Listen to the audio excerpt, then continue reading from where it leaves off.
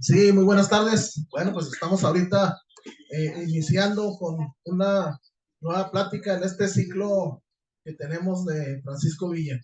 Hay que recordar que tenemos 3 meses vamos a tener 3 meses de puras pláticas sobre Pancho Villa. Esta es la segunda plática. Igual comentarles que la semana pasada hubo que suspender la plática porque nos inundamos aquí en la sede. Está muy suave el clima, frío, airoso y agua, bastante agua. Pero bueno, seguimos con nuestro tema. Ahora el licenciado Héctor Iván Olivas tiene una plática preparada, Los enemigos de Villa, de Francisco Villa, los enemigos de Francisco Villa. Le voy a pedir a René Chávez Domínguez, del grupo, que nos dé la semblanza de nuestro conferencista. Gracias. Ok, gracias, Marachi. Bueno, pues bienvenidos todos a estas nuestras pláticas. Y aquí, pues, bienvenido, doctor Iván, para esta plática de los enemigos de Villa. Voy a leer aquí la semblanza de Héctor Iván. Héctor Iván Olivas González, él es licenciado en Derecho por la Facultad de Derecho de la Universidad Autónoma de Chihuahua. Es de los miembros fundadores del Grupo de Historia del Parque Revolución desde el 2013. Activista a favor de la conservación del patrimonio histórico de Chihuahua. Es abogado postulante y con un gran conocimiento, pues todos lo sabemos, de la historia local, nacional y universal. Y pues nos ha impartido una serie de pláticas de diferentes temas. Y pues el día de hoy, con el ciclo de conferencias de Francisco Villa, por el centenario de su muerte, pues estamos con este tema de los enemigos de Villa. Entonces le cedemos aquí el micrófono a Héctor Iván.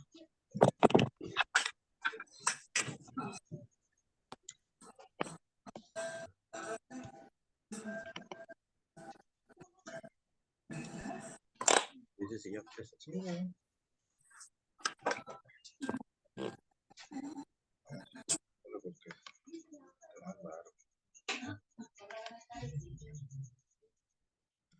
Bueno, ¿qué tal? Una vez más aquí colaborando, esta vez con el tema del año, ¿no? El centenario de Villa, y el grupo de historia, pues, lo está conmemorando por todo lo alto, dedicando 3 meses, ¿no? Y bueno, todos sabemos que es uno de los temas favoritos aquí de la gente, el motivo histórico, ¿no? En la medida de la existencia del grupo. Batería recargada. Se refiere al cenotafio del general Villa, ¿no? Entonces, esta plática está enfocada un poco a estudiar los rivales y las batallas de Francisco Villa. No hace poco me tocó ver que alguien incluso afirmó que Villa pues no era realmente un gran líder militar, sino que incluso se había enfrentado a enemigos muy endebles, ¿no? Incluso que los que había vencido no tenían ni carrera militar, ¿no? Lo cual es falso. De hecho, podría decirse que es al revés, ¿verdad? Le iba bien contra los que tenían carrera militar y no le fue tan bien contra justamente gente que se hizo en la práctica de la batalla durante la revolución, ¿no?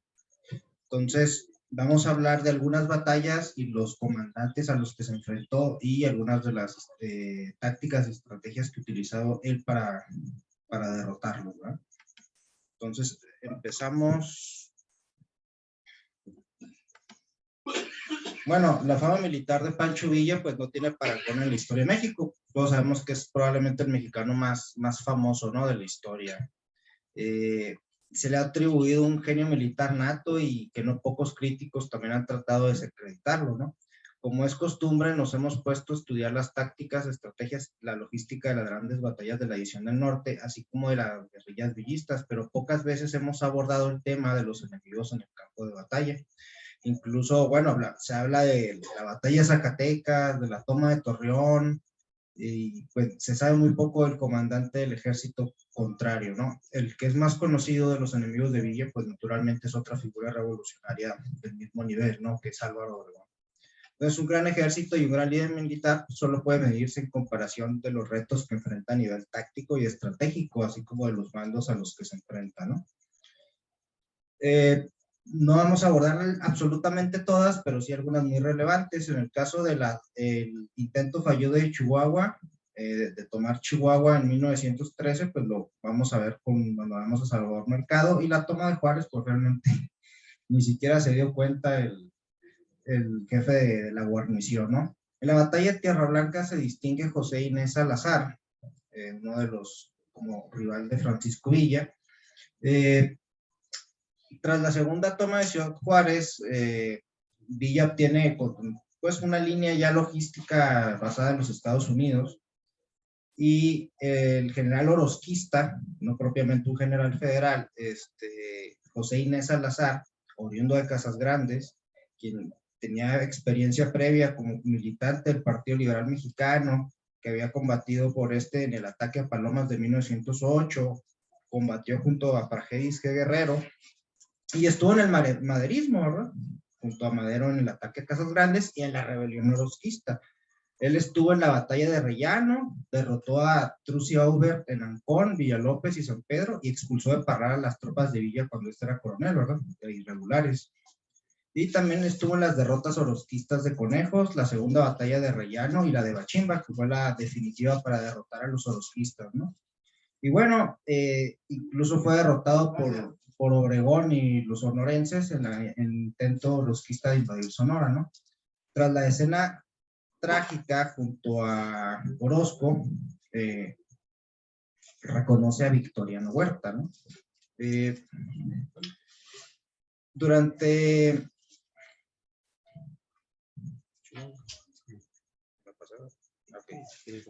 el intento fallido de tomar Chihuahua por Francisco Villa en 1913, bajo las órdenes de Salvador Mercado, envía una columna de 5,300 federales y colorados a Ciudad Juárez, liderada en conjunto por el general federal José Jesús Mancilla, del que hay muy pocos datos, y por José Inés Salazar.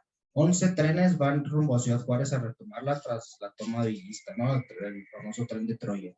Si bien es cierto que comandaba un federal, las mejores tropas, y yo creo que el ejército federal eran los colorados, bajo el mando de Inés Salazar, ¿no? Junto a la caballería federal atacó el ala derecha de Villa en la estación de Tierra Blanca y lo estuvo presionando por el centro. El general federal era cauto, pero Salazar no, entonces pensaba que estaba ganando la batalla. Para el 26 en la mañana, Villa lanzó una carga de caballería con todo lo que tenía, empujando a los federales y colorados, quienes terminaron huyendo con cerca de 1,000 bajas, ¿no? Además de que las fuerzas de Villa lograron flanquear a los federales y colorados poniéndose en su retaguardia. Salazar, tras esta derrota, pues regresa a Chihuahua, se une a la caravana que le llaman algunos de la muerte cuando se retira Salvador Mercado del estado de Chihuahua, y termina preso en los Estados Unidos. Y luego incluso regresó brevemente a apoyar al villismo. Estuvo preso en la penitenciaría y fue liberado en 1916 durante la etapa guerrillera, ¿no? Ya después estuvo en la de la Huertista y en otros conflictos, ¿no? Es de los que sobrevivieron la revolución. Pero en la batalla de Tierra Blanca, pues se ven los primeros. Villa solo, sin ángeles, pues lanza una victoria muy importante, que es realmente la que le permite tomar el control del estado de Chihuahua. Porque ya Ojinaga fue ir a rematar un ejército que venían viendo. El general Salvador Mercado, comandante federal en la batalla de Ojinaga.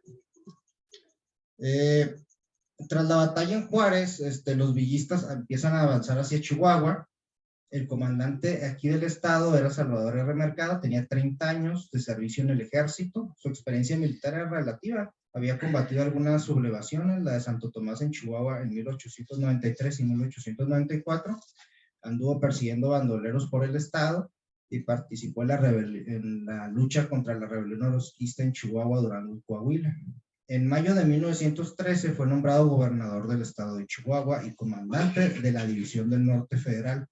Aquí hay un detalle interesante. Había una división del norte del Ejército Federal, que es la que estuvo combatiendo la rebelión contra Orozco, y en base a Villa, cuando era irregular en la lucha contra Orozco, más o menos toma esa idea y ese modelo para formar su propia división del norte, la que todos conocemos, que es la división del norte constitucionalista, en principio, y luego ya del ejército convencionista, ¿no? Cuando Villa intenta tomar la ciudad de Chihuahua en 1913, tiene un breve éxito y Mercado logra repeler a Villa, ¿no? En conjunto con Orozco. Esto fue en noviembre de 1913, pero no persiguió a Francisco Villa, quien, bueno, apareció en Ciudad Juárez en el que le llaman el Tren de Troya y tomó la ciudad. ¿Qué es lo que sucede con Salvador Mercado? Él tenía una relación muy complicada con la figura de Pascual Orozco, quien debería haber sido gobernador en vez de él, y obviamente había un pleito político entre ambos y trató de marginalizar lo más posible a Orozco, ¿no? Esto no generó tampoco la destitución de ambos por parte del gobierno de Huerta, y cuando se venía la ofensiva villista, el Estado Mayor, compuesto de irregulares colorados y militares de carrera, apoyaron defender la capital, defender la ciudad de Chihuahua, pero Mercado decidió evacuar la plaza. Entonces, aquí es donde tenemos una de las decisiones militares más extrañas en la historia de México.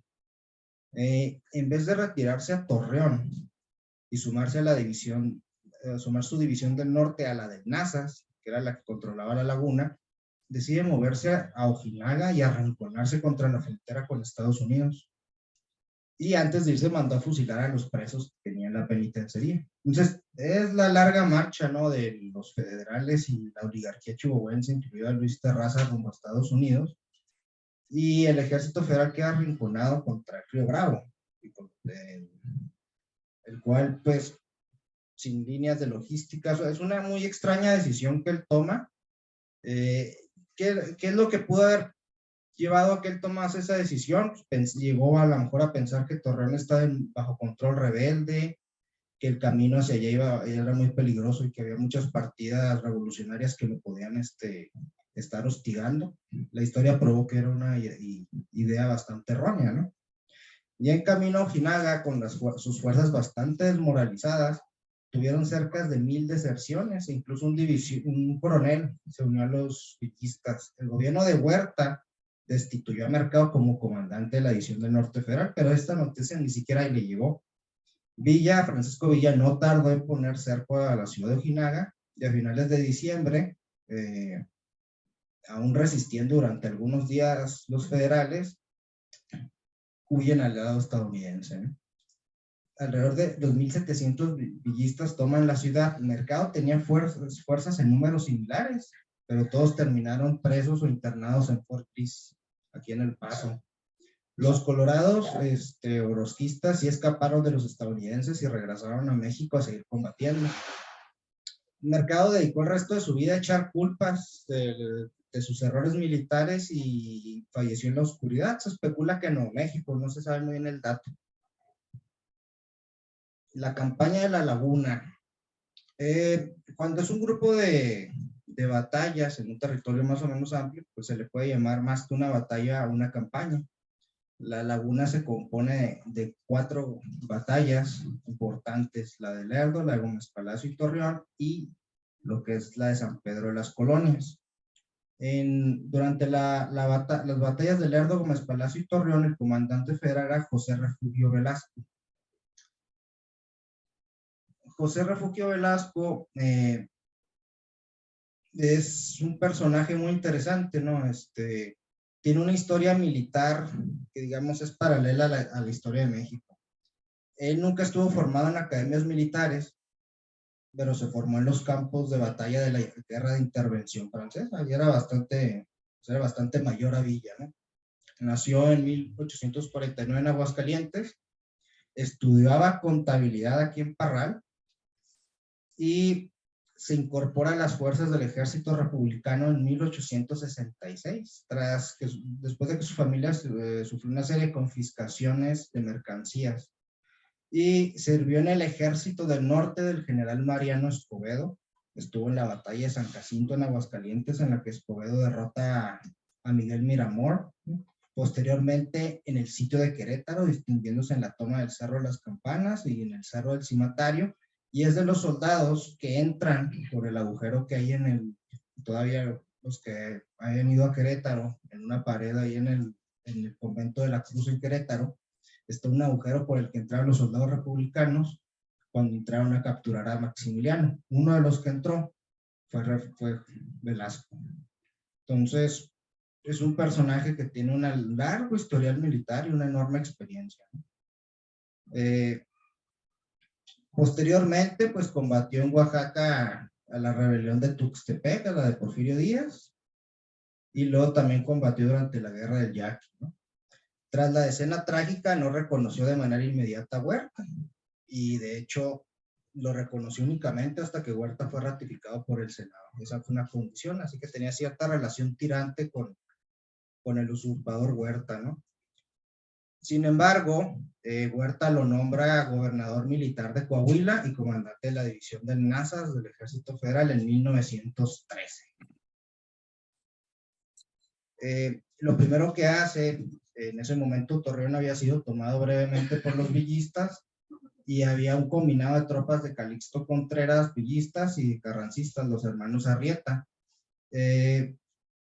Así que lo primero que hizo fue desalojarlos de Torreón, retomar la ciudad, y pues el argumento de Velasco para defender a Huerta es que, pues sí, por un lado se puede decir, decía Vasconcelos que defendió un traidor, pero pues le tenía muchísimo más ámpulas a un bandolero como Villa, ¿no? Esa era su justificación.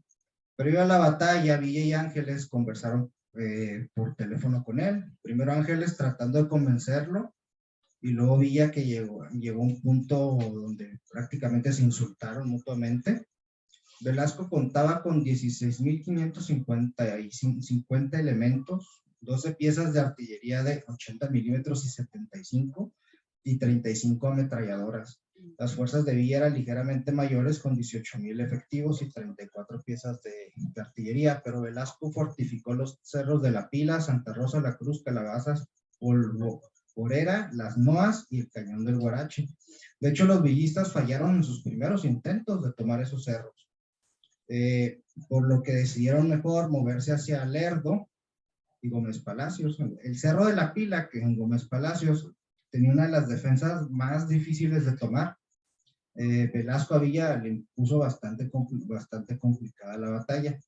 Había trincheras, artillería, 5 fortines con ametralladoras y 500 soldados. Los villistas fueron rechazados del Cerro de La Pila 7 veces por los federales. Esto es algo muy importante porque a Villa en Celaya se le atribuye que fracasó porque no podía con las trincheras. Todas las batallas que tuvo en Torreón y en Zacatecas, los federales utilizaron trincheras y ametralladoras y líneas de ametrallador. Incluso aquí lo rechazaron 7 veces. Entonces, sin embargo, los villistas fueron avanzando poco a poco, ¿no? Y fueron tomando los cerros. Nuevamente los federales llegaron a desalojarlos y causar una desbandada. Y al día siguiente se lanzó un ataque a 3 columnas. Los federales ya se habían retirado a Torreón y Gómez Palacios. Ya habían perdido 4 generales en la defensa del Cerro de La Pila. No está muy claro por qué la orden de Velasco de retirarse a Torreón, si fue por las pérdidas y el desgaste, o él consideraba que lo primero era desgastar a la división del norte. El caso es que finalmente esas posiciones fortificadas fueron tomadas por los villistas, por la infantería y por algunas cargas de caballería.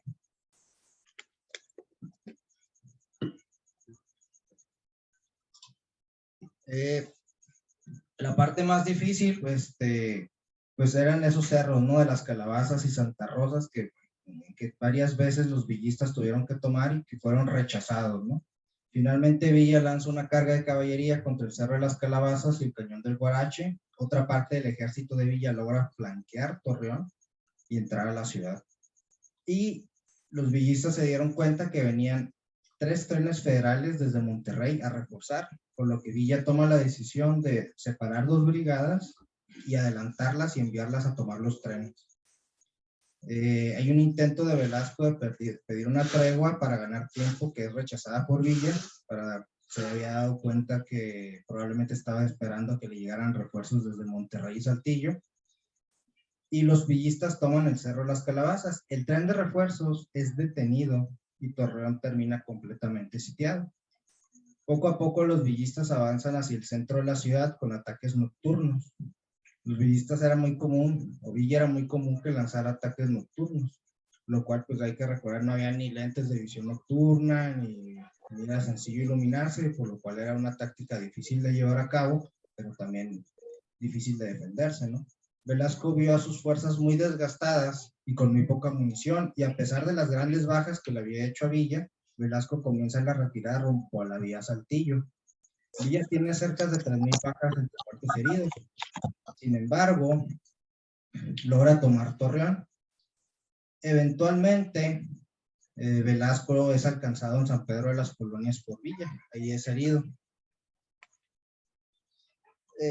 Tras su derrota en Torreón, Velasco todavía tiene un último papel importante que jugar en la revolución. Al colapsar el régimen de Victoriano Huerta, este es nombrado por el presidente interino Francisco S. Carvajal como secretario de Guerra y Marina, y negocia la disolución del Ejército Federal, así como la entrega de la capital de la Ciudad de México al Cuerpo de Ejército del Noreste de Álvaro Obregón, tras lo cual se exilia en Estados Unidos, regresando a México ya enfermo, nada más para morir. Sobrevive a la revolución entre comillas, pero no por combate, sino muere de causas naturales ya por la edad. Ya vencido obviamente por un bandolero al que despreciaba, ¿no? La campaña de la Laguna, la batalla de San Pedro de las Colonias. Aquí se apuntaron varios comandantes federales. Destaca Arnoldo Caso López. Es un egresado del heroico colegio militar, sobre todo especializado en la rama o en el servicio de ingenieros. Combatió a una rebelión en Guerrero a finales del siglo XIX, en 1893, y a los zapatistas en el Estado de México durante el gobierno de Madero. Y para 1913 es ascendido a general de brigada de ingenieros militares. Participó con los golpistas de la Ciudadela en contra de Madero y posteriormente fue enviado a Coahuila a combatir a los constitucionalistas, protegiendo Saltillo y Monterrey de los ataques de Pablo González y de otros carrancistas, ¿no? Tras la batalla de Torreón, sus fuerzas se movieron junto a las del general Javier de Maure y otros jefes menores para unirse a las de Velasco, que era la división de Nazas, que venía retirándose tras la toma de Torreón. Villa, al ver el riesgo de que todas esas fuerzas se pudieran unir y lanzar una contraofensiva contra su división del norte, de inmediato se movilizó y los alcanza en San Pedro de las Colonias, que también forma parte de la comarca lagunera. Y a pesar ya de estar muy agotados y cansados los villistas por los duros combates en Torreón, Lerdo y Gómez Palacio, y que los federales se habían atrincherado más o menos bien utilizando pacas de algodón, Villa lanzó un ataque desde el norte y poniente del pueblo. Y bueno, su objetivo era atacar rápidamente y evitar un cerco, eliminarlo lo más rápido posible, generar la desbandada para evitar que se organizaran y lo contraatacaran. En la batalla se encontraban las divisiones federales del Bravo, que era la que comandaba Arnoldo Caso, y Maure, los restos de la del Nazas de Velasco, y una nueva división del norte que se creó, reconstituida así como de la nada, después de la destrucción de la otra en Ojinaga, así como algunas fuerzas de Colorado bajo el mando de Benjamín Argumedo. Estos lograron reunirse a pesar de los esfuerzos de Villa. Sin embargo, Villa los ataca con fuerza y logra vencerlos a pesar de que se habían reunido. Según Francisco Villa, en su parte a Venustiano Carranza, la fuerza era de 12,000 efectivos, los cuales sufrieron cerca de 3,500 bajas por apenas 650 bajas de los villistas. Este fue otro desastre federal que terminó con la expulsión de estos de la región lagunera. Caso, y sus fuerzas se retiran a Saltillo, tras lo cual, pues, fue promovido a comandante de lo que quedaba de la división del Bravo. Tras la firma de los tratados de Teoloyucan, se licenció y, en base a la situación que se vivió en la Convención de Aguascalientes, decidió darse de alta en el ejército convencionista, sirviendo bajo el mando de su antiguo enemigo, de Francisco Villa, y combatió en las batallas del Bajío. Y después, posteriormente, se dedicó a ser agente comercial para conseguirle a los convencionistas armas en los Estados Unidos. Tras todo esto, terminó uniéndose al Plan de Agua Prieta y estuvo en el ejército mexicano posteriormente. Pero luego se unió a la rebelión del Laguartista y bueno, muere en 1925. Así que anduvo saltando de bando en bando, ¿no? Luis Medina Barrón, el comandante federal de la guarnición de Zacatecas. Zacatecano, nació en Jerez en 1871, se formó también en el heroico colegio militar, del que egresó con el rango de subteniente. Fue enviado a Sonora a combatir a los yaquis y eventualmente obtuvo el rango el cargo o el mando de los rurales del estado en el 8º Cuerpo. Durante el gobierno de Madero combatió en Morelos a los zapatistas y tras el golpe militar, Hacienda General y Huerta lo envió a Sonora a combatir a los revolucionarios sonorenses. Se enfrentó a las fuerzas de Álvaro Obregón en las batallas de Santa Rosa y en la batalla de Santa Marina. En la batalla de Santa Rosa fue derrotado al adelantar demasiado su caballería, que fue diezmada por las tropas de Obregón, y fue derrotado nuevamente por en Santa María. Tras esto, es enviado a Zacatecas, donde tomó posesión como gobernador y comandante militar de la plaza el 20 de febrero de 1914. Logró detener los avances de la división del Centro Constitucionalista, que estaba bajo el mando del general Pánfilo Natera, y aunque en los combates de Calera contra Natera cayó su hermano, el hermano de Medina en acción. Pánfilo Natera era el encargado de atacar Zacatecas. Carranza le había dado la orden de tomarla, no lo logró, y es donde entra la figura de Villa. Hay que recordar que Villa avanza sobre Zacatecas en contra de los deseos de Venustiano Carranza, ¿no? Luis Medina Barrón creó un interesante, un muy potente dispositivo defensivo en la ciudad de Zacatecas, con cañones de 75 milímetros, con trincheras, alambradas de púas, ametralladoras. Tenía fortificados los cerros de la Pila, el Grillo, la Ufa, el Crestón Chino, la Sirpe, los Clérigos, el Core, las Balsas del Padre, el Observatorio, Refugio y la Mina de los 5 Señores. Además, había trincheras a lo largo de los panteones y en la estación de ferrocarril. Y tenían un reflector que iluminaba las áreas por donde los villistas podían entrar, anulando una de las ventajas típicas del ejército, de las tácticas de Villa, que eran los ataques nocturnos. Entonces, cuando llega Villa a Calera, pues, que se reúne con Natera, pues se juntan lo que es la división del norte de Villa y la del centro de Natera. Se despliegan cerca de 19,500 elementos con 39 piezas de artillería, aunque con algunas deficiencias, claro. La artillería en ese momento al mando de Felipe Ángeles. La infantería villista va tomando cerro por cerro desde todos los ángulos. Y la artillería de Medina incluso estuvo a punto de impactar a Villa y a Ángeles. Incluso Ángeles, hay una frase que dice, pues mejor que nos tiren a nosotros que a la artillería o a la infantería que va avanzando, ¿no? Lo intentaron detener a los villistas, pero eventualmente estos toman el Cerro del Grillo y las tropas villistas entran a la ciudad. Es curioso, bueno, la batalla que colapsa al ejército federal ya de manera definitiva es la de Zacatecas, pero dura poco más de 24 horas, unos 2 días realmente. La campaña de La Laguna contra Blasco dura más del mes. Entonces, realmente Torreón fue muchísimo más complicado para tomar para Villa de lo que fue Zacatecas. Y nuevamente, La orografía de Torreón y la orografía de Zacatecas es muy complicada y permite muy bien la defensa. Cerros desde posiciones altas, con fortificaciones, con artillería, con ametralladoras, con trincheras, ¿no? Al penetrar los villistas en la ciudad, el general Medina Barrón y Arrumeda caminan por las calles. Los villistas, al igual que como lo hicieron en Torreón, rodean la ciudad, imponen un cerco, la asedian. Medina y Benjamín Argumero cargan por las calles de la ciudad para tratar de romper el cerco y huir, y no lo consiguen. Para entonces, la artillería de Felipe Ángeles ya está neutralizando la del Cerro La Ufa.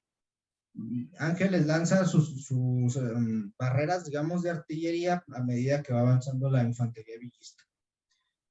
Los intentos de Medina por romper el cerco terminaron en muchas bajas, pero finalmente logró escapar junto con Argumedo. Le comunicó finalmente a Victoriano Huerta que la plaza de Zacatecas cayó a sangre y fuego, aniquilando toda la guarnición. Y básicamente los sitiaron y fueron muy pocos los que lograron escapar, ¿no? Tras el colapso del gobierno de Huerta, Medina continuó la lucha contra Carranza, uniéndose a Félix Díaz en Veracruz. Es una de las facciones que todavía aguantaron y resistieron a Carranza, pero al proclamarse el plan de Agua Prieta le da la espalda a Félix Díaz y decide reconocer al gobierno de los sonorenses, ¿no? Terminó en algunos puestos en la administración pública, en la rama consular y postal.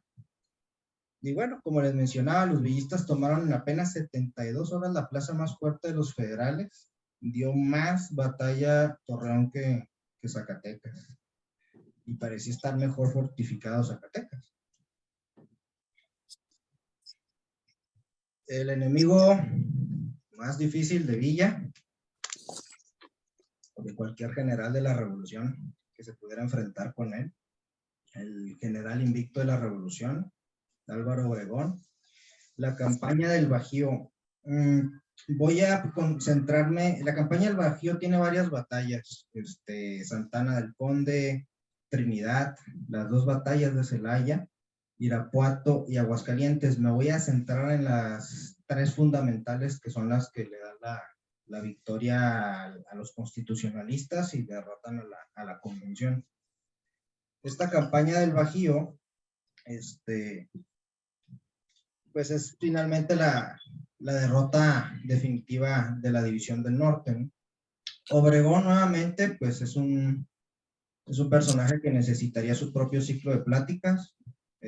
Nació en Navojoa, Sonora, y igual que Villa carecía de experiencia militar. Fue un maestro de escuela, fue pequeño agricultor, fue comerciante, y durante el gobierno maderista fue electo como alcalde de Guatabampo en 1911. Como decía, carecía de cualquier formación y experiencia militar, a diferencia de sus contrapartes federales. Vamos, Luis Medina Barrón era el heroico colegio militar y lo derrotó un comerciante, maestro de escuela y un bandolero. Pero fue adquiriendo experiencia militar durante la rebelión orozquista de 1902, cuando junto a Benjamín Gil organizó una brigada para combatir la rebelión con bastante éxito, derrotando a los rebeldes orozquistas que invadieron Sonora en Hermosillo, en Agua Prieta y Guaymas. Tras esto regresó a la vida privada. Sin embargo, con el golpe de Huerta, el gobierno de Sonora desconoció al federal, lo que llevó a Obregón a participar en la campaña para derrotar a todos los reductos federales en Sonora. Primero en Naco, luego en Santa Rosa y Santa María, donde derrotó a Luis Medina Barrón. Pero por el peligro de la artillería naval, únicamente dejó embolsados a los federales de la guarnición de Guaymas, iniciando una marcha al mando del Cuerpo de Ejército del Noroeste por la costa del Pacífico, la cual tomaría Culiacán, Topolobampo, embolsaría a los federales en Mazatlán, tomaría Tepic y Colima, y finalmente la batalla definitiva en el occidente del país derrotaría a los federales en la batalla de Orendain, culminando con su avance sobre la Ciudad de México y su rendición. Entonces, pues es el único comparable militarmente, el único ejército comparable militarmente, el Cuerpo Ejército del Noreste con la propia División del Norte de Villa. Obregón no siempre arrasó a los enemigos pasando sobre ellos, sino que incluso llegó a hacer lo que le llaman el embolsamiento, que es los rodeas y los sigues avanzando. Una táctica que es muy característica, de hecho, de lo que posteriormente se le conoció como la Blitzkrieg. Villa, ya como lo habíamos mencionado, ya había enfrentado enemigos fortificados en ciudades, en trincheras, incluso con terrenos muchísimo más complicados de tomar por su orografía montañosa, defendidos desde posiciones altas en cerros. El Bajío, a diferencia de Zacatecas o Torreón, de Zacatecas, es un valle bajo plano. Los que hayan andado por ahí, pues es una zona ideal para la agricultura, son valles fértiles. Y Obregón tenía alrededor de 12,000 elementos. Posicionó su infantería y artillería en forma de medio círculo alrededor de la ciudad de Celaya. Utilizó las acequias agrícolas como trincheras y como obstáculos para la caballería. Los sonorenses cavaban loberas para tiradores, donde se colocaba un tirador yaqui con mucho parque. Tenía 92 ametralladoras y Obregón puso afuera de la ciudad, fuera de sus defensas, unas reservas de caballería. Un dispositivo defensivo que consistía en la división del norte se estrellara contra las defensas de Celaya y cuando hubiera algún desgaste en los villistas, lanzara la caballería. Es lo que se puede considerar una especie de defensa activa. El ejército de Villa tenía alrededor de 11,500 efectivos, 22 cañones y tenía el problema que le faltaban muchos de sus mejores jefes. Había cierta dispersión en la división del norte en ese momento. Por ejemplo, Ángeles, en las 2 batallas de Celaya, está en la zona petrolera, está allá en Monterrey, se incorpora hasta Santana del Conde. En batallas anteriores como Torreón y Zacatecas, Villa había rodeado y sitiado las ciudades, incluso detenido fuera del perímetro defensivo pertrechos y refuerzos que llegaban a las ciudades, bueno, al enemigo, ¿no? Aquí la división del norte actuó diferente. No solamente no rodearon Celaya, sino que no fueron para interrumpir las líneas de abastecimiento ni la de llegada de refuerzos. El ejército de Obregón siguió recibiendo trenes con armas, siguió recibiendo más soldados que enviaba Carranza desde Veracruz y otras partes. Incluso la idea era que el ejército zapatista interrumpiera las vías de comunicación en Morelos y en Puebla, bueno, sobre todo en Puebla, al entrar a la Ciudad de México, interrumpiera la logística que llegaba de Veracruz a México y luego fortaleció Obregón. Los zapatistas nunca fueron capaces de hacer semejante acción, ¿no? Entonces, sí, el ejército zapatista era una guerrilla bastante endeble, entonces ya si la movías demasiado de ciertas zonas de acción, era incapaz de tomar el control, ¿no? El combate empieza en la hacienda del Guaje. En un principio Villa hace retroceder a los obregonistas y luego pues lanza un asalto generalizado sobre toda la línea defensiva de Celaya. En las cargas de caballería, algunos hablan de más de 40, fallaron y la infantería villista también fue diezmada por el fuego de ametralladoras y fusilería de las tropas de Obregón. A esto a pesar de que Villa tenía una mejor artillería, ¿no? Y al día siguiente viene otro ataque villista. Sí está a punto de romper la línea defensiva, pero Obregón envía reservas y recompone la defensa. Entonces, sí estuvieron a punto de pasar las trincheras y hacer un rompimiento, pero no lo logran. Cuando la división del norte empieza a agotarse y tener menos parque, Obregón pasa a la ofensiva. Una vez que los villistas estrellan varias veces contra las defensas de Obregón, Obregón no se queda esperando como los federales, ¿no? Cuando hacen los primeros rechazos, sino que lanza la caballería y esta obliga a Villa a replegarse. Los villistas pierden cerca de 2,000 efectivos, ¿no? Tienen 2,000 bajas. Sin embargo, Villa se reorganiza en Irapuato, pero ya empieza a tener problemas. Su línea logística pues está precisamente hasta acá, hasta el norte, y empieza a tener escasez de munición, cosa que Obregón no. Obregón sigue recibiendo refuerzos y pertrechos. La logística constitucionalista no había sido interrumpida, ¿no? El 13 de abril inicia la segunda batalla de Celaya.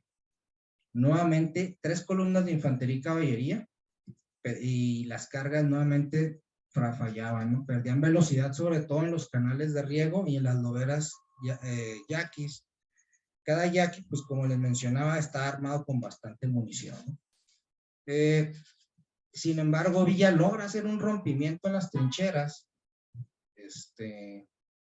que son defendidas por los batallones rojos. Los batallones rojos son batallones de obreros que fueron reclutados casi a la fuerza por los constitucionalistas en la Ciudad de México. Entonces eran las unidades menos entrenadas y menos motivadas, ¿no? En la parte norte de las defensas, estuvo a punto también Villa de entrar, ¿no? Sin embargo, otra vez Obregón encuentra la manera de mover refuerzos y sostenerlas, ¿no? Villa lo intenta esta vez por el sur, donde está el general Joaquín Amaro, y estas tropas tampoco ceden.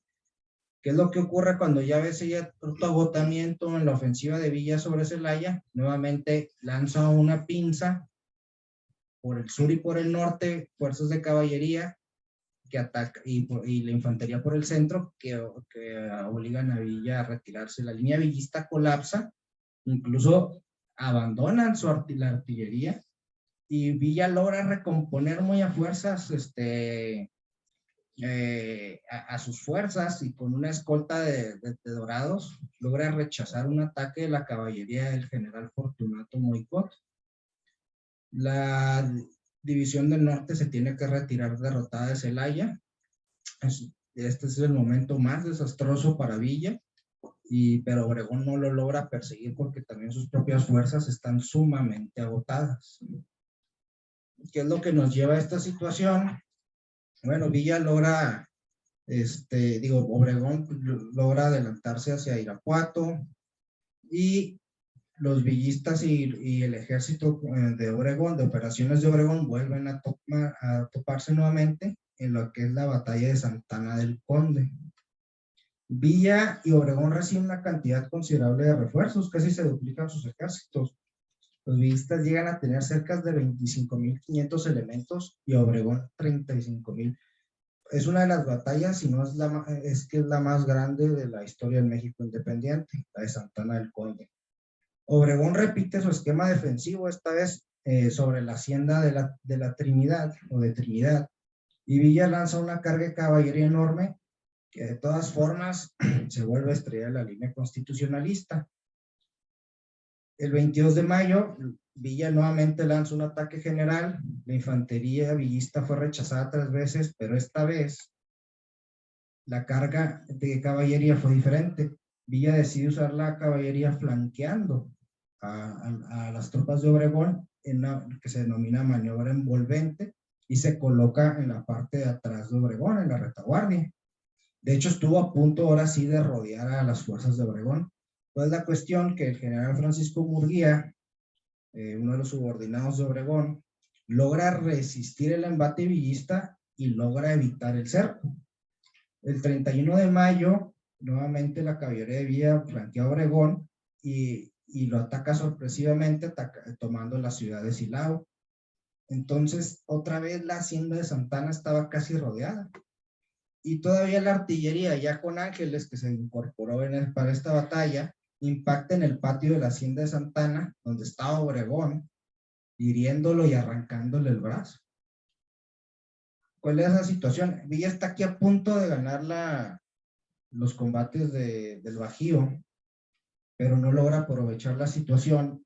Los constitucionalistas con sus refuerzos se recomponen y logran resistir, aunque Obregón lo tienen que sacar de la acción, ¿no?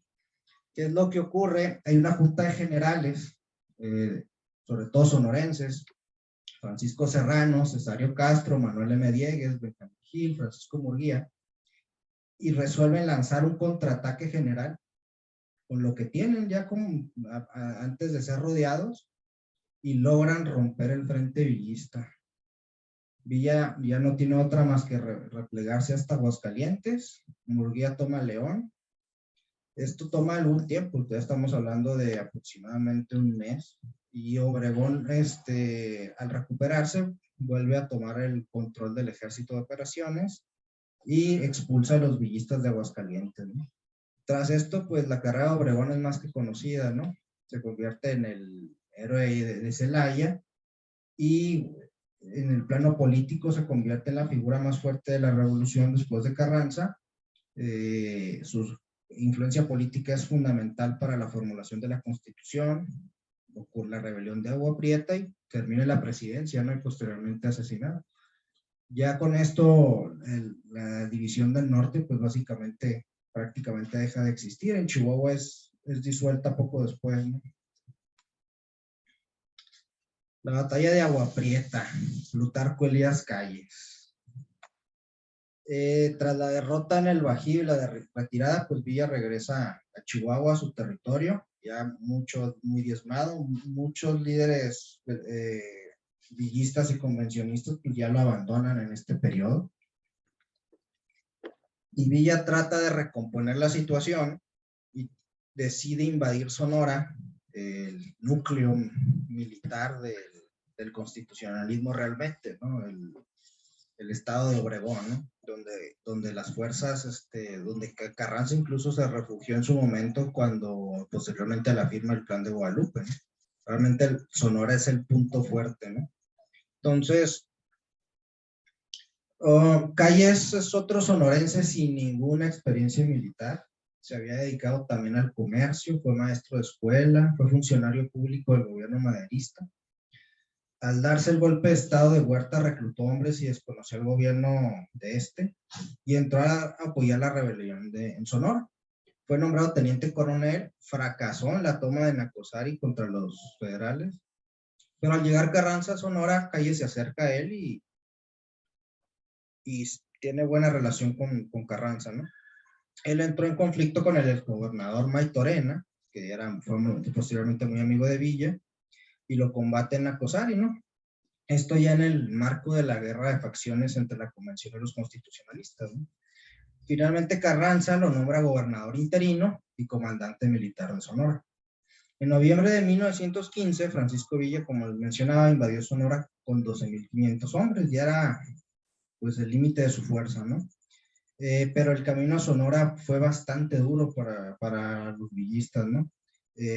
Un enorme desgaste para las tropas, había falta de agua y otros elementos de guerra, incluso pierde piezas de artillería en el cañón de Púlpito que se le cayeron, y ya debilitado sitia la ciudad de Agua Prieta, una frontera importante, ¿no? Calles hace también un dispositivo defensivo bastante formidable, 18 nidos de ametralladoras, alambre de púas, en algunos casos electrificado, loberas, trincheras, y luego hay una red de túneles que existía previamente a la batalla en la ciudad de Agua Prieta, y la defienden 1,500 elementos. Pero además hay un detalle muy importante. La ciudad fronteriza tiene, pues, ayuda de Estados Unidos, ¿no? O sea, esa es la realidad. Por la ciudad fronteriza, los estadounidenses dejaron pasar trenes desde Coahuila, trenes constitucionales de Coahuila, y bajar en Douglas y reforzar la guarnición de Calles. Le llegan 4,500 elementos más.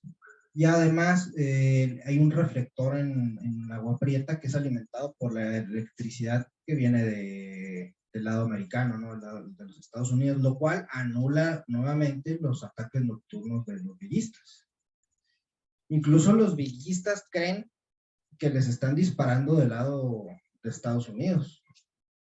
Se habla mucho no lo mencioné, ¿no? El famoso tema de las balas de palo, ¿no? Del parque defectuoso y demás. Incluso pensando que había parque defectuoso, la escasez de parque era considerable en el ejército de Villa. Es muy discutido este tema y que este sea el origen de lo que después fue el ataque a Columbus. Donde sí tenemos una hostilidad más evidente y aún más tremenda para Villa es en Agua Prieta. En Agua Prieta, los estadounidenses ya han reconocido al gobierno de Carranza, a pesar de que las relaciones entre Estados Unidos y Carranza son muy difíciles. sobre todo por el tema del petróleo, de las nacionalizaciones y demás, de la Constitución del 17. Y luego está el tema de la electricidad desde Douglas, está el tema de los trenes que entran desde Estados Unidos con tropas que vienen desde Coahuila a reforzar a calles. Y los villistas de hecho están convencidos de que les dispararon desde Estados Unidos. Pues ellos sienten que los estadounidenses también estaban peleando, o incluso en sus testimonios, ellos consideran que estaban siendo combatidos también por los gringos. Villa no logra tomar Agua Prieta y no tuvo más remedio que retirarse. La invasión de Sonora tendría otros episodios que terminarían en derrota y en la retirada de Villa Chihuahua, y un enorme resentimiento con los Estados Unidos por la ayuda logística que recibieron los defensores, como les mencioné, el uso de la electricidad, de la red ferroviaria. Calles se fortalecería políticamente, pues como ya hemos visto, ser el artífice de la rebelión de Agua Prieta, que proyectó a los sonorenses a ganar la revolución y a ser presidente de la república, jefe máximo de la revolución, ¿no? Fue el hombre que dominó posteriormente la política hasta su expulsión, ¿no? Por Cárdenas. Entonces, estos son, digamos, los grandes rivales en el campo de batalla de Francisco Villa. Los que derrotó, federales formados, y los que lo derrotaron, revolucionarios que al igual que él se hicieron de conocimiento militar en las batallas. Pues fuentes, las esenciales, ¿no? El último federal es un artículo muy interesante que habla sobre el general Velasco, 8,000 kilómetros en campaña de Obregón, del propio Obregón, y Cervantes y Taibo, ¿no? Sobre Villa y la Revolución Mexicana. El tema es un tema, lo traté de mover lo más resumido posible. Hay dos generales que pudiera haber también agregado, ¿no?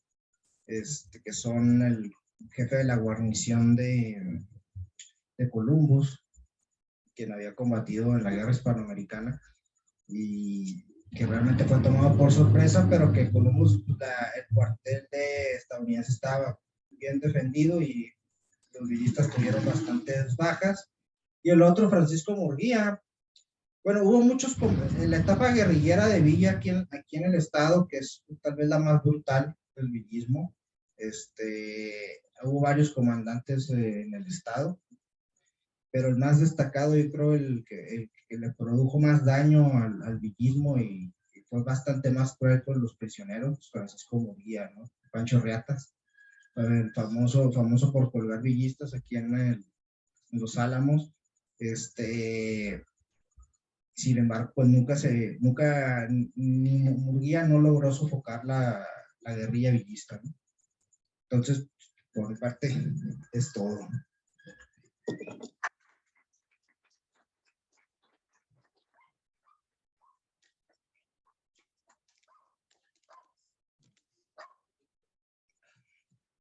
Muy bien, compañeros, pues buena plática, mucha información, y vamos a abrir el espacio para preguntas y comentarios. Vamos a darle preferencia ya a la plataforma, a ver quién tiene algún comentario, alguna pregunta.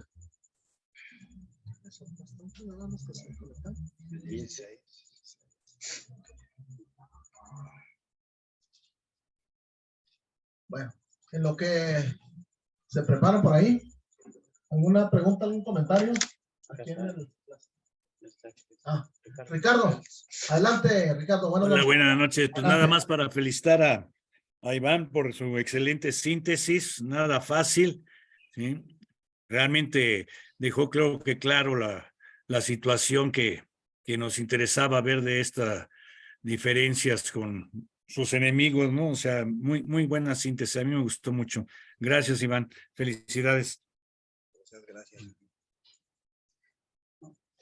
Preguntas aquí aquí en nuestra sede. René Chávez, adelante. No estuve en Casa de Rentas. Sí, bueno, pues, nuevamente, felicidades, Iván, muy completa todo el proceso de las batallas de Villa, y yo nada más quisiera hacer un comentario hablando de enemigos, ¿verdad? Enemigos de Villa, pues tenemos otros, o sea, Carranza y bueno, pues, a lo mejor más políticos que dentro de, pero bueno, era el máximo. Y algo pues que quiero mencionar así como si fuera pues irónico, ¿no? O sea, que esos, tanto Carranza, Villa, Calles, Cárdenas, ¿verdad? Que Cárdenas pues manda, es el que da la orden directa para que asesinen a Carranza, ¿no? Y pues están ahí juntos ya descansando en el monumento a la revolución, ¿verdad? Que algo que ha sido muy criticado cuando llevan los restos de Villa en 1976, los mueven de aquí de Parral, pues dice, oye, ¿cómo van a llevar ahí donde están sus más grandes enemigos, ¿no? Bien, entonces pues felicidades nuevamente, Iván. Muy bien, pues a ver aquí Héctor Chacón tiene unas preguntas. Adelante. Buenas noches a todos los que están en la plataforma, aquí a los presentes en el parque. Felicitarte, tocayo. Sí, efectivamente, una plática pues que te atrapa, ¿no? Desde principio a fin, pues como es el tema, y lo preparaste pues bien, me parece que estuvo muy atractivo, ¿no? Toda tu plática. Quizás las preguntas que tengo, la mayoría sabría responderlas, pero bueno, son mis preguntas, ¿no? ¿Cómo defines tú, Héctor, o si alguien aquí en el parque tiene respuesta, el nivel táctico de la estrategia que usaba o que utilizaba Villa? Bueno, nivel táctico y estrategia. Bueno, en la guerra moderna hay de hecho cuatro niveles. El más pequeño es el nivel táctico, luego es el nivel operacional, luego es el nivel estratégico y luego es el nivel político, logístico, ¿no?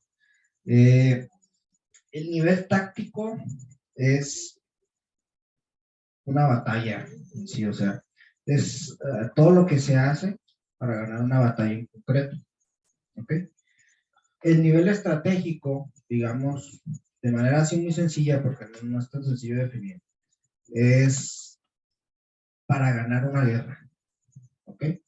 O sea, lo táctico es un combate, digamos, no chico, bueno, una batalla, ¿no? Por ejemplo, aquí el nivel táctico sería la batalla, por ejemplo, de Torreón, ¿no? O la batalla de Zacatecas.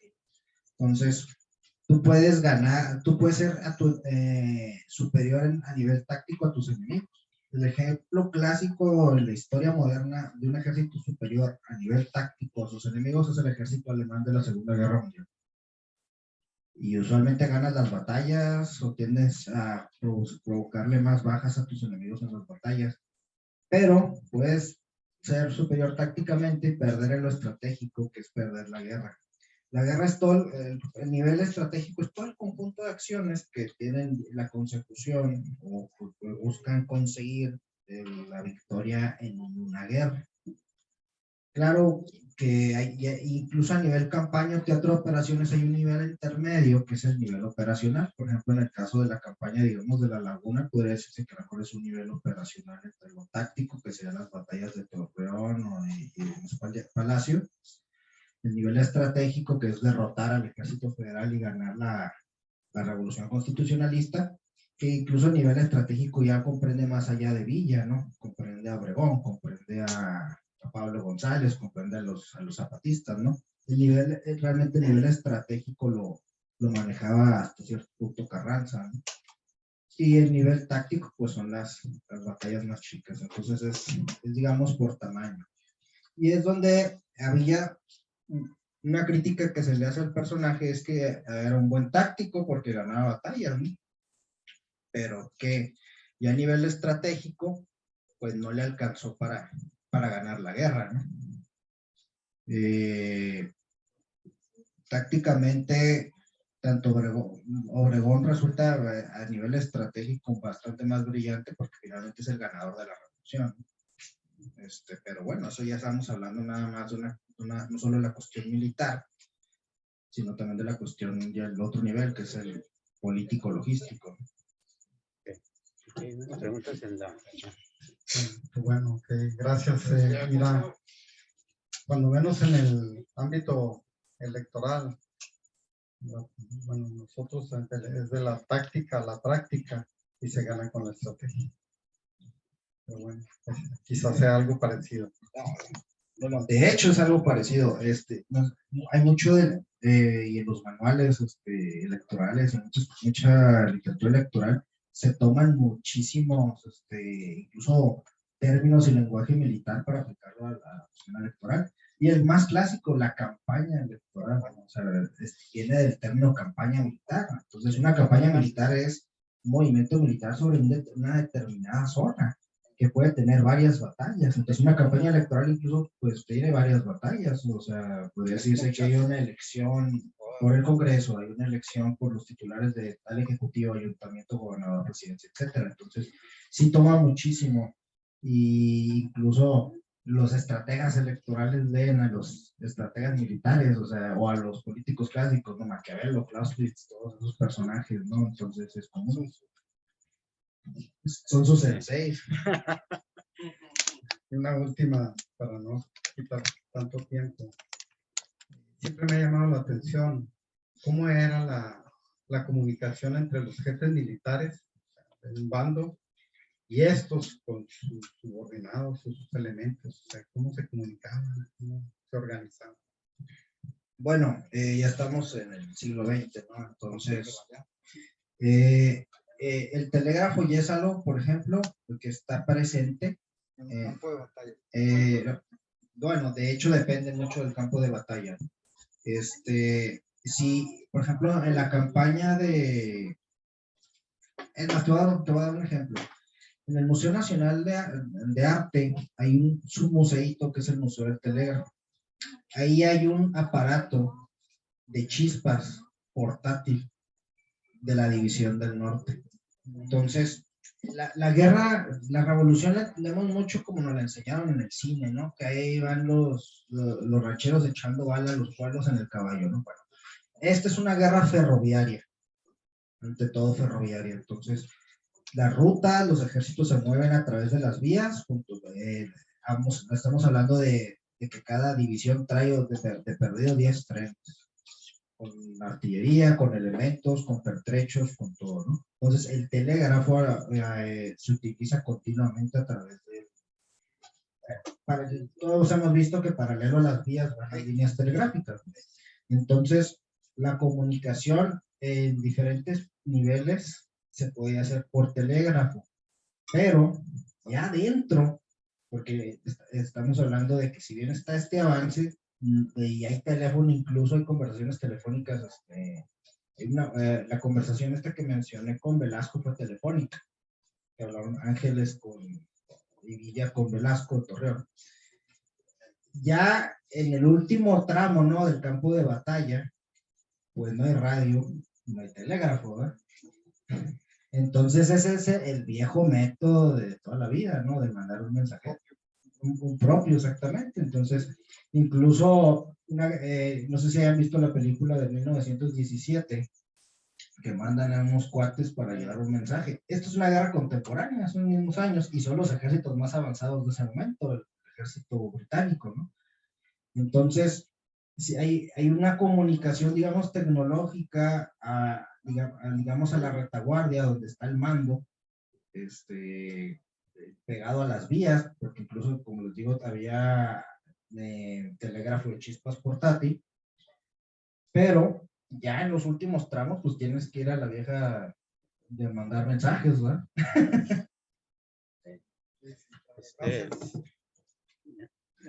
Vamos a ver aquí el chat.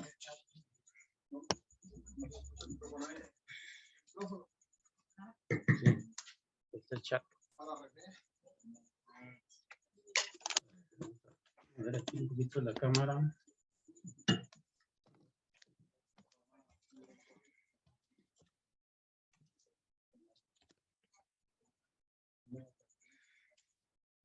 Sí, si quieres, leyendo el chat. Bueno, Heidi. Heidi dice. Bueno, Francia, buenas tardes. Hola, ¿qué tal? Maitorena era muy amigo de Felipe Ángeles, hay una fotografía de ellos juntos caminando en alguna calle de Nueva York. Ah, sí, cuando está Ángeles fuera del país, ¿no? ¿Qué dice el chat? Eso es lo que dice. Y bueno, y de Villa, de hecho, la relación con Villa y Maitorena era fuerte, tanto que lo apoyaba. Me menciona Miguel Méndez que Salazar no participó en la batalla de Casas Grandes. Los magonistas colorados que fueron internados en San Juan de Ulúa en 1908 eran originarios de Casas Grandes, no participó en la batalla de Casas Grandes. Ah, bueno, no sé si te refieras a la de la rebelión de los magonistas o a la de Madero de 1911. Yo en los datos que leí me mencionaba que José Luis Salazar se unió a los maristas en Casas Grandes, pero déjame checo. A ver qué más datos encuentro. Felicidades, Héctor. ¿Cuál consideras que fue el hombre más leal a Villa en las batallas y cuál su máximo enemigo? No sé si lo mencionaste porque tuve que salir momentáneamente de la plataforma. Ah, híjole. Jesús Rodríguez, tal vez. Rodolfo Fierro, yo creo que sí me atrevería a decir que sí, sí, yo creo que sí, no hay duda. Y vaya que varias veces Villa estuvo a punto de fusilarlo por 2, 3 cosas que hizo. Y Villa en eso, a pesar de insubordinaciones y cosas donde se lo merecía, Villa, yo creo que sí respetó ese nivel de lealtad. Sí, yo creo que Rodolfo Fierro no hay más. Bueno, los mayores de los generales se fueron.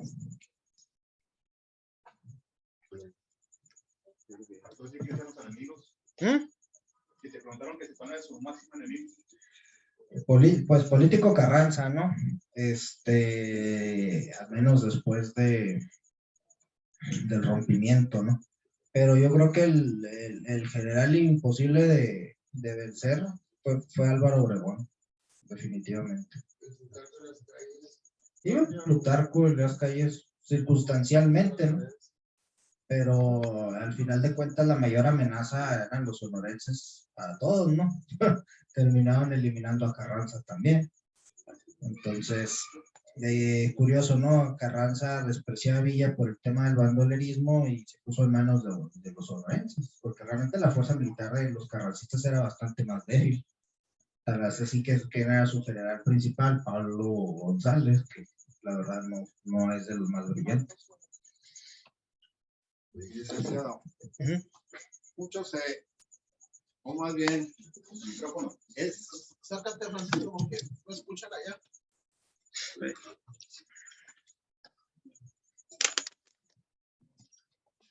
Buenas noches a todos. Felicidades, Vic. Estuvo muy buena la exposición. Quiero hablar con respecto a lo que un tema obligado en estos casos que fue Carranza. Ya sabemos todos quién era Carranza, de dónde provenía, que era un porfirista, con ánimo de ser siempre el número uno. Siempre que se veía afectado o amenazado, corría Carranza a Veracruz. ¿Por qué? Porque ahí negociaba la aduana, la principal aduana de México, los impuestos de entrada de material bélico para él y algo muy importante para los americanos en ese entonces, la propiedad del petróleo. Con eso manejaba y con eso sacaba empréstitos y reconocimientos de los gringos que nunca han tenido palabra, siempre han sido moneda de 2 caras. Hoy están contigo, mañana te voltean la moneda. Entonces, mucho se ha dicho que Villa recibió una gran cantidad de municiones preparadas como de salva, precisamente las que tienen puntas de madera. Yo allá en mi pueblo, Santa Rosalía de Camargo, llegué a tener, siempre me ha llamado la atención la cuestión de las armas. Yo llegué a tener el parque de ese 7 milímetros con puntas de madera.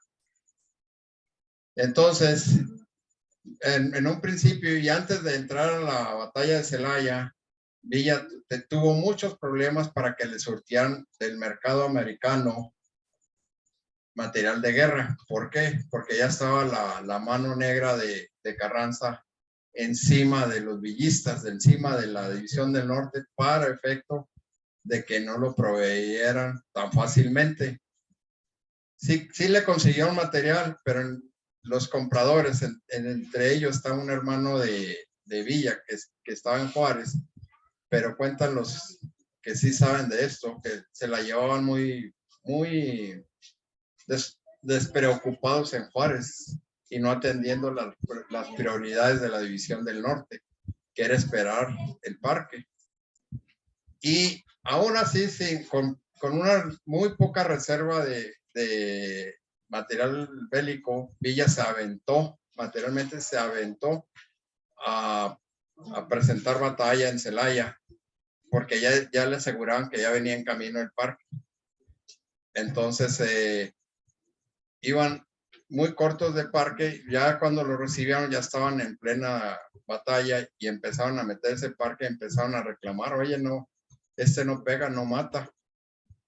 Entonces, mucho se ha hablado, pero poco se ha investigado en los archivos de las grandes, de las compañías que proveían el material bélico, acerca de cómo estuvo esa componenda, que yo la veo muy cerquita de la mano negra de Carranza.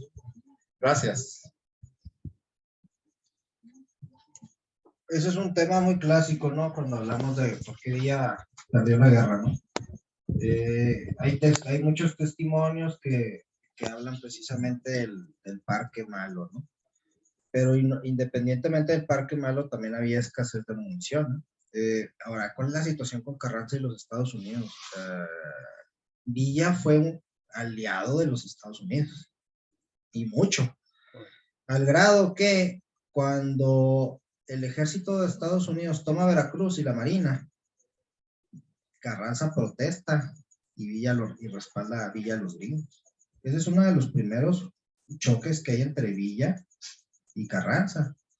Carranza tenía un conflicto por el petróleo, no con los estadounidenses tanto, pero sí con los ingleses. O sea, el petróleo en estos momentos lo controlan, lo hemos platicado anteriormente, el cacique de la Huasteca, Manuel Peláez, que controla los campos petroleros de esa zona, y todo ese petróleo se iba a los ingleses, y los ingleses lo utilizaron durante la Primera Guerra Mundial para la Royal Navy, y Villa protegía los intereses mineros norteamericanos en el estado de Chihuahua, y luego le pagaban un impuesto, ¿no?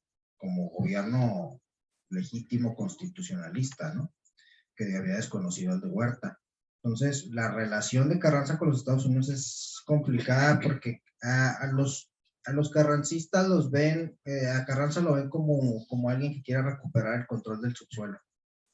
Y se ve, la Constitución de 1917, pues es una constitución adversa a los intereses estadounidenses. Luego, entrando la Primera Guerra Mundial,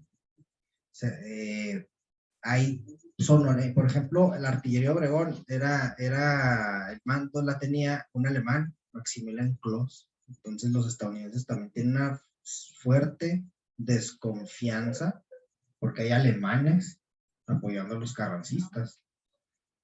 Y entonces, la relación de los Estados Unidos con los revolucionarios es muy complicada porque en su momento, cuando no hay más remedio, yo creo que los gringos se ponen del lado de Carranza cuando ven que Villa ya va a colapsar. Lo del parque, sí hubo una mano negra ahí, no fue tanto del gobierno estadounidense como de privados, como el caso pues, del que fue a cazar Villa y a Columbus, ¿verdad? Por ejemplo. Entonces, ahí también hay detalles de corrupción, de muchas tranzas, la logística en los Estados Unidos, donde los agentes comerciales se hicieron de dinero y no mandaron lo que debían mandar al ejército villista. También hay ese detalle. Bueno, dejamos de grabar. Dejar de grabar.